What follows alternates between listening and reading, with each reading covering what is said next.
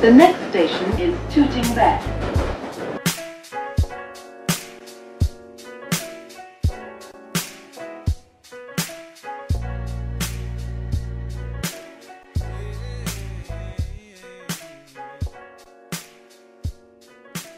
I've lived in Tooting most of my life.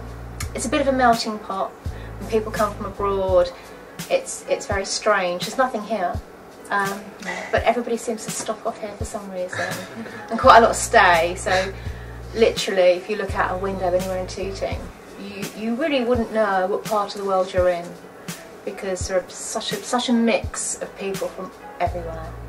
You know, I used to work in an office more in the town centre, and you could look out and you really wouldn't know where you was.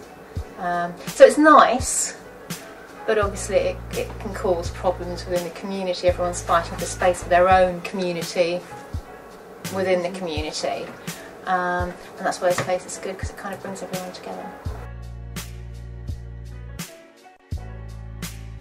People stay for a year, then they move on, so the community is kind of not as strong as it used to be. So this place kind of reflects that, because it doesn't have the community sense that it used to have. So we're not as busy. Tooting was quite affluent at one time. I mean, the high street was really lovely. But now it's kind of, I don't know what's happened. The property prices are sky high. Tooting has really got, as you can see, so much different nationalities. You know, it's really mixed. And recently, to be honest, other people have more different nations have come in. You know, we got now mostly more Polish people. A lot of Polish people coming in and establishing their shops and stuff like that. And they're pretty cool. You know, I mean, at the end of the day, I don't really have too much conversation with them, but we see them. You know. And then you've got the Afghanistani youth. A lot of the Afghanistani youth have come in more now. To be honest, back in the day when I was on the street, you never used to see many Asians. I used to be, I don't like to say the black sheep, I don't like to say that word, but you know, the one that's gone totally opposite to everything else. So predominantly it's mostly Jamaicans that used to be on the street here, West Indian youth and stuff like that. Now you've got a total different contrast. You've got the Afghanistani youth, you've got the Somalian youth, and the Pakistani youth are here as well. And what you do have, to be honest, you do have a lot of gangs now. The gang issue has come up a lot more. But then back in the day, what you wouldn't have so many gangs. You would have an individual person who wants to be like a bad man, they call it, or whatever. You know, like I'm the man to rule. Now the youth move in 50 or 20, but we get a lot of youths coming to the masjid.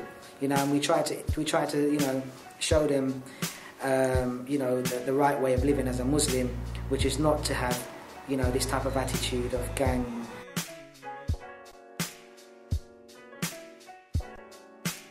At the end of the day, everyone believes in the same God, and because of that brings more unity in the community. So there's less problems, because majority of the people are Muslim, and like I said, Islam is for love and togetherness. So that really brings about a more togetherness in the community and a better relationship with the neighborhood as well. Because even the non-Muslims, they attend the mosque, because we will cook food and invite the entire streets, this one and that one, to attend. So the environment is more like to help each other. The congregation here is primarily African Caribbean, and we attract all nations, and intentionally so now. As you can see by the flags, we're wanting the church to become, as opposed to being a Caribbean church, we want it to become a multinational church. The flags were an accident, if the truth be told. We had an international conference here 3 years ago, and we wanted to represent as many nations as we could.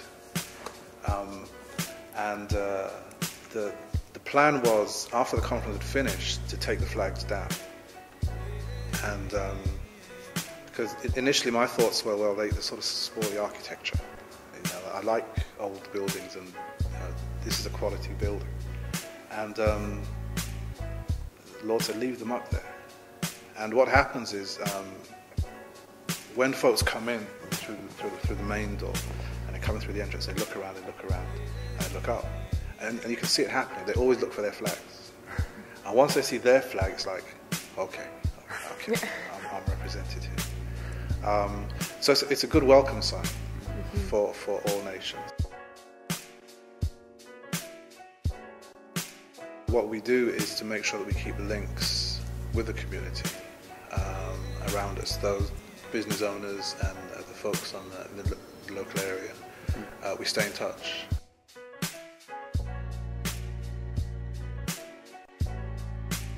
Since we are here, as I said, we're having to change and adjust how we relate to our media community. How do we relate to the Muslim community?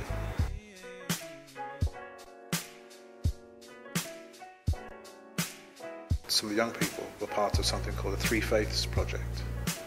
And again, Three Faiths Project is some members of some young people in the Buddhist community, the Muslim community and the Christian community come together for an extended period of time and work out how they could put together either a DVD or a teaching aid that could be used in schools that would promote the idea of dialogue between all the faiths.